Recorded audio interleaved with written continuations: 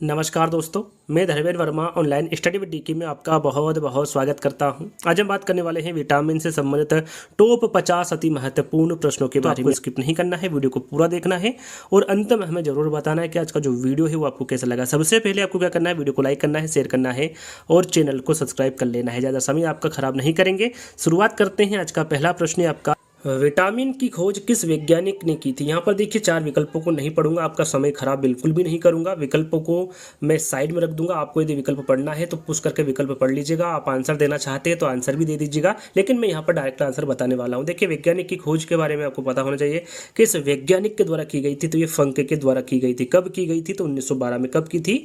1912 में। दूसरा प्रश्न, विटामिन ए की खोज किसके द्वारा की गई थी। देखिए, विटामिन ए की खोज के बारे में भी आपको पता होना चाहिए किसके द्वारा की गई थी। तो ये मैकुलम के द्वारा की गई थी। याद रखिएगा, विटामिन ए के बारे में पूछे या फिर विटामिन बी के बारे में पूछे, दोनों की ही खोज किसके द्वारा की गई थी? मैकुलम के द्वारा की गई थी। जैसे कि हमारा तीसरा प्रश्न है, जैसा कि मैंने अभी आपको बताया कि विटामिन बी की खोज किसके द्वारा की गई थी, तो विटामिन बी की खोज भी मैकुलन के द्वारा की गई थी। ये आपको ध्यान में रखना है कि ये दोनों ही खोज किसके द्वारा की गई थी? मैकुलम के द्वारा की गई थी। चलिए, चौथा प्रश्न है आपका, विटामिन B2। विटामिन B2 का रासायनिक नाम। देखिए, जितने भी इंपॉर्टेंट विटामिन है उनके रासायनिक नाम किसके द्वारा खोज की गई थी, ये सभी मैं 1 बाय 1 करके आपको बताऊंगा, तो ध्यान से सुनिएगा। विटामिन B2 का रासायनिक नाम क्या है? तो B2 का रासायनिक आपका नाम होगा राइबोफ्लेविन। राइबोफ्लेविन ये विटामिन B2 का रासायनिक नाम होता है। अब यहाँ पर विटामिन B3 का जो रासायनिक नाम है उसके बारे में आपको पता होना चाहिए क्या होता है। तो विटामिन B3 का रासायनिक नाम होता है नियासिन। याद रखिएगा, विटामिन B3 का रासायनिक नाम क्या होता है? नियासिन होता है। अब यहाँ पर विटामिन B5 का रासायनिक नाम क्या होता है? तो विटामिन B5 का रासायनिक नाम होता है पेंटोथेनिक एसिड। ये विटामिन B5 का रासायनिक नाम होता है। 7वां प्रश्न है, विटामिन B6। विटामिन B6 का रासायनिक नाम क्या होता है? तो B6 के बारे में पूछे तो आपका सही आंसर क्या होगा? पायरिडॉक्सिन। पायरिडॉक्सिन ये विटामिन B6 का रासायनिक नाम होता है।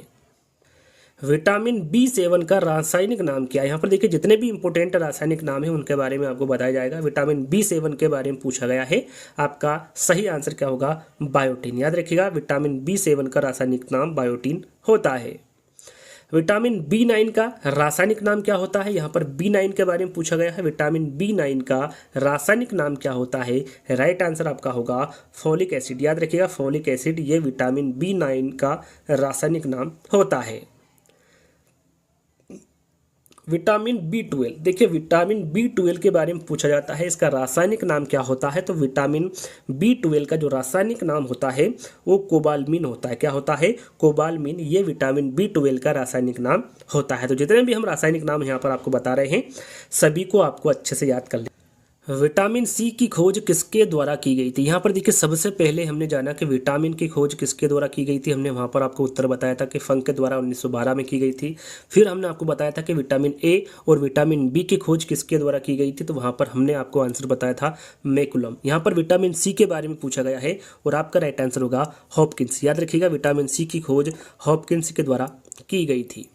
यहाँ पर रासायनिक नाम आपसे पूछा गया है, विटामिन सी का रासायनिक नाम क्या होता है? राइट आंसर आपका होगा एस्कॉर्बिक अम्ल। याद रखिएगा, विटामिन सी का रासायनिक नाम क्या होता है? एस्कॉर्बिक अम्ल होता है। आज ही के प्रश्न में पूछा गया था आपसे कि विटामिन सी का मुख्य स्रोत कौन सा नहीं है, वहाँ पर मुख्य स्रोत कौन सा नहीं है इसके बारे में पूछा गया था।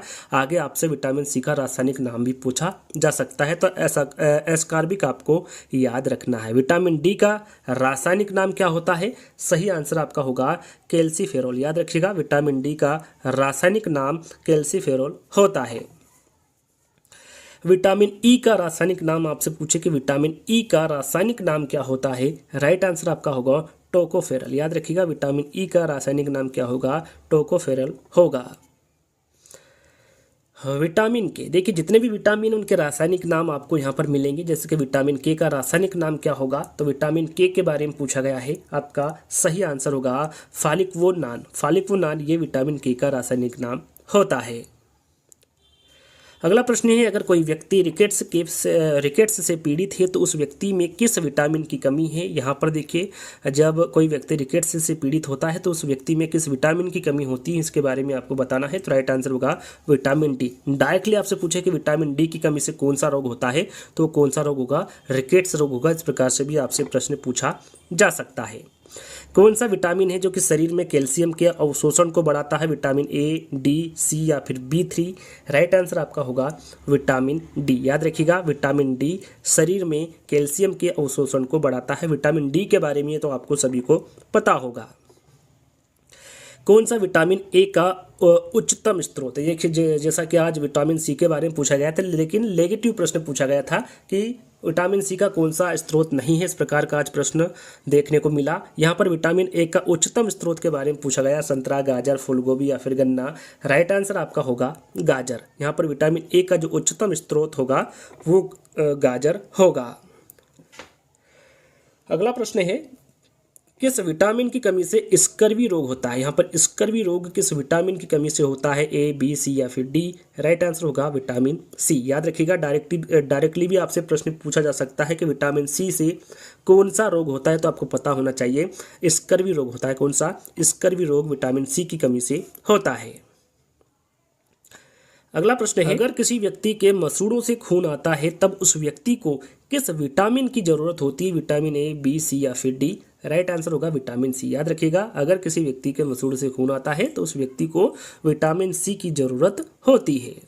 खट्टे फलों में कौन सा विटामिन प्रचुर मात्रा में पाया जाता है, ए, बी, सी या फिर डी। तो इसके बारे में आपको सभी को जानकारी होगी कि जो खट्टे फलों में विटामिन सी प्रचुर मात्रा में पाया जाता है। कौन सा विटामिन वसा में घुलनशील नहीं है। देखिए, प्रश्न को ध्यान से पढ़ना है आपको। कौन सा विटामिन है जो वसा में घुलनशील नहीं है, विटामिन के, ई, डी या फिर सी। आपका राइट आंसर होगा, देखिए, विटामिन के, ई और डी, ये तीनों ही वसा में घुलनशील है। लेकिन जो विटामिन सी है ये वसा में घुलनशील नहीं है, इसलिए आपका सही आंसर विटामिन सी होगा। चलिए, विटामिन ए की कमी से कौन सा रोग होता है, विटामिन ए की कमी से रोग आपसे पूछा गया है। राइट आंसर होगा रतौंधी। सभी को पता होगा कि विटामिन ए की कमी से रतौंधी रोग होता है। बी की कमी से कौन सा रोग होता है, तो वो बेरी रोग होता है विटामिन बी की कमी से। अगला प्रश्न है, कौन सा विटामिन मानव रक्त के थक्के जमने की सामान्य प्रक्रिया में मदद करता है, के, ई, डी या फिर विटामिन सी। राइट आंसर आपका 24 का होगा विटामिन के। याद रखिएगा, विटामिन के जो होता है ये मानव रक्त के थक्के जमने की सामान्य प्रक्रिया में मदद करता है, तो विटामिन के आपका राइट आंसर होगा। विटामिन B1 को क्या कहा जाता है। यहाँ पर देखिए, विटामिन B1 का रासायनिक नाम पूछा गया है। आपको यहाँ पर रासायनिक नाम पता होगा तो राइट आंसर आप लगा सकते हैं कि विटामिन B1 को थायमिन या फिर विटामिन B1 का जो रासायनिक नाम होता है वो थायमिन होता है, तो थायमिन यहाँ पर आपका राइट आंसर होगा। विटामिन सी को क्या कहा जाता है, या फिर विटामिन सी का रासायनिक नाम मैंने आपको बताया था क्या होता है, एस्कॉर्बिक अम्ल होता है। विटामिन सी का रासायनिक या फिर इसे एस्कॉर्बिक अम्ल कहा जाता है विटामिन सी को। बेरी किस वजह से उत्पन्न होता है, थोड़ी देर पहले ही मैंने इसके बारे में बताया था। विटामिन B1 की कमी से, विटामिन B1 की अधिकता से, विटामिन सी की कमी से या फिर विटामिन सी की अधिकता से। तो बेरी के बारे में आपसे पूछा जाए तो ये विटामिन B1 की कमी से उत्पन्न होता है। मछली के लीवर आयल में किस विटामिन की प्रचुर मात्रा पाई जाती है, सी, ए और डी, विटामिन ई या फिर विटामिन के। मछली के लीवर आयल में किस विटामिन की प्रचुर मात्रा पाई जाती है, तो ये विटामिन ए और विटामिन डी दोनों की प्रचुर मात्रा पाई जाती है मछली के लीवर ऑयल में। तो यहाँ पर बी वाला विकल्प आपका सही होगा। किस विटामिन में कोबाल्ट नामक खनिज पाया जाता है, ए, B12, के या फिर सी। आपका सही आंसर यहाँ पर होगा विटामिन B12। याद रखिएगा, विटामिन B12 में कोबाल्ट नामक खनिज पाया जाता है। कोबलामीन को क्या कहा जाता है, जो कोबलामीन है या कह सकते हैं कि इसमें से कौन सा विटामिन है जिसका रासायनिक नाम कोबलामीन है। विटामिन ए, B12, विटामिन के, विटामिन सी, इन सभी के बारे में आपको जानकारी दे चुका हूं, तो यहाँ पर आप सही आंसर लगाएंगे ऐसा मुझे आशा है आपसे। तो यहाँ पर जो कोबलामीन को क्या कहा जाता है, तो कोबलामीन को विटामिन B12 कहा जाता है, या फिर कह सकते हैं कि विटामिन B12 का जो रासायनिक नाम होता है वो कोबलामीन होता है। अगला प्रश्न है नियासिन को क्या कहते हैं। जैसा कि यहाँ पर भी विटामिन का रासायनिक नाम ही पूछा गया है, किस विटामिन का नाम नियासिन है, इस प्रकार से प्रश्न यहाँ पर आप रख सकते हैं। तो नियासिन को क्या कहा जाता है, तो आपका सही आंसर होगा विटामिन B3, यानी कि विटामिन B3 का रासायनिक नाम क्या होगा, नियासिन होगा। सामान्य जुकाम के इलाज के लिए किस विटामिन का उपयोग किया जाता है, विटामिन D, C या फिर K। राइट आंसर आपका होगा विटामिन C। याद रखिएगा, सामान्य जुकाम के इलाज के लिए विटामिन C का हम उपयोग करते हैं। अगला प्रश्न है कौन सा आयरन या फिर कौन सा लोहा का सबसे प्रचुर स्रोत है, हरी सब्जियां, दूध, अंडा या फिर फलियां। तो यहाँ पर आयरन यानी कि लोहा के बारे में पूछा गया है, तो सबसे प्रचुर स्रोत कौन सा होगा, हरी सब्जियां होगा। तो यहाँ पर पहला वाला विकल्प आपका सही होगा। पेलेग्रा रोग किसकी कमी के कारण होता है, नियासिन, यहाँ पर साइबोफ्लेविन लिखा हुआ है, फोलिक एसिड लिखा हुआ है, राइबोफ्लेविन लिखा हुआ है। यहाँ पर पेलेग्रा रोग के बारे में आपको बताना है। राइट आंसर आपका होगा नियासिन। याद रखिएगा, जो पेलेग्रा रोग है ये नियासिन की कमी के कारण होता है। आगे हम बात करेंगे, अगला प्रश्न है आपका विटामिन के प्राकृतिक रूप से किसमें पाए जाने वाले जीवाणुओं द्वारा निर्मित होता है, अग्नाशय, गुर्दा, हृदय या फिर आंत। राइट आंसर आपका होगा आंत। याद रखिएगा, विटामिन के प्राकृतिक रूप से आंत में पाए जाने वाले जीवाणु द्वारा निर्मित होता है, तो यहाँ पर आंत आपका राइट आंसर होगा। राइबोफ्लेविन एक तरह का क्या है, एंटीबायोटिक है, विटामिन है, रंजक पदार्थ या फिर पौधा है। इस वीडियो के माध्यम से आपने कई बार राइबोफ्लेविन नाम सुना है, देखा है, तो आपको पता होगा कि जो राइबोफ्लेविन है ये एक तरह का क्या है, विटामिन है। किसका वैज्ञानिक नाम है, तो ये B12 का। याद रखिएगा, जो राइबोफ्लेविन है ये B12 का रासायनिक नाम है और एक तरह का विटामिन है।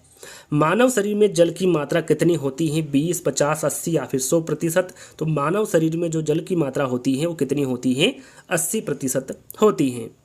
विटामिन ए का अच्छा स्रोत आपको बताना है, आलू, गाजर, मक्का, प्याज। तो इसके बारे में आपको बता चुका हूँ। विटामिन ए का अच्छा स्रोत क्या होगा, गाजर होगा। जल में घुलनशील विटामिन है, जैसा कि थोड़ी देर पहले हमने वसा के बारे में बताया था कि वसा में घुलनशील विटामिन कौन सा है। जल में घुलनशील विटामिन के बारे में आपको बताना है, विटामिन B, विटामिन C, दोनों ही या फिर इनमें से कोई नहीं। तो विटामिन B और विटामिन C ये दोनों ही जो विटामिन है ये जल में घुलनशील होते हैं, तो यहाँ पर दोनों ही आपका सही आंसर होगा। मानव शरीर में प्रचुर मात्रा में पाए जाने वाला तत्व कौन सा है, नाइट्रोजन, कार्बन, ऑक्सीजन या फिर विटामिन। प्रचुर मात्रा में आपको बताना है, सही आंसर होगा ऑक्सीजन। मानव शरीर में प्रचुर मात्रा में जो पाए जाने वाला तत्व होगा वो ऑक्सीजन होगा। अगला प्रश्न है आपका, सुक्रोज में क्या होता है। जो सुक्रोज है इसमें क्या होता है, तो सुक्रोज में क्या पाया जाता है, तो इसमें ग्लूकोज और फ्रुक्टोज पाया जाता है। तो ग्लूकोज और फ्रुक्टोज आपका सही आंसर होगा। सूर्य की रोशनी से कौन सा विटामिन प्राप्त होता है, A, B, C या फिर D। आपको सभी को पता है कि सूर्य की रोशनी से विटामिन D प्राप्त होता है। कौन सा विटामिन प्राप्त होता है, विटामिन D प्राप्त होता है। 14 वर्ष की आयु वाले बच्चों की वृद्धि के लिए सर्वाधिक महत्वपूर्ण स्रोत क्या है, विटामिन, प्रोटीन, दूध या फिर वसा। यहाँ पर प्रश्न काफ़ी इंपॉर्टेंट है, आपको ध्यान देना है। 14 वर्ष की आयु वाले बच्चों की वृद्धि के लिए सर्वाधिक महत्वपूर्ण स्रोत क्या है, तो वो आपका सही आंसर क्या होगा, प्रोटीन होगा। पालक के पत्ते में प्रचुर मात्रा में क्या पाया जाता है, A, B, D या फिर आयरन। सभी को पता है कि पालक के पत्ते में प्रचुर मात्रा में आयरन पाया जाता है। क्या पाया जाता है, आयरन पाया जाता है।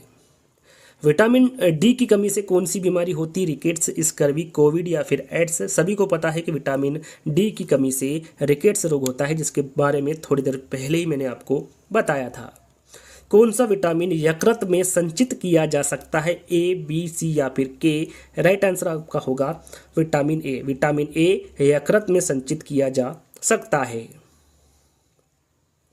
कोलेस्ट्रॉल का संबंध किससे है, कार्बोहाइड्रेट से, वसा से, प्रोटीन से, विटामिन से। राइट आंसर आपका होगा वसा से। जो कोलेस्ट्रॉल का संबंध होगा वो वसा से होगा। आम में कौन सा विटामिन पाया जाता है, विटामिन A, C, उपरोक्त दोनों या फिर इनमें से कोई नहीं। आम में पूछा गया है तो आम में विटामिन A भी पाया जाता है और विटामिन C भी पाया जाता है, तो उपरोक्त दोनों यहाँ पर सही आंसर आपका होगा।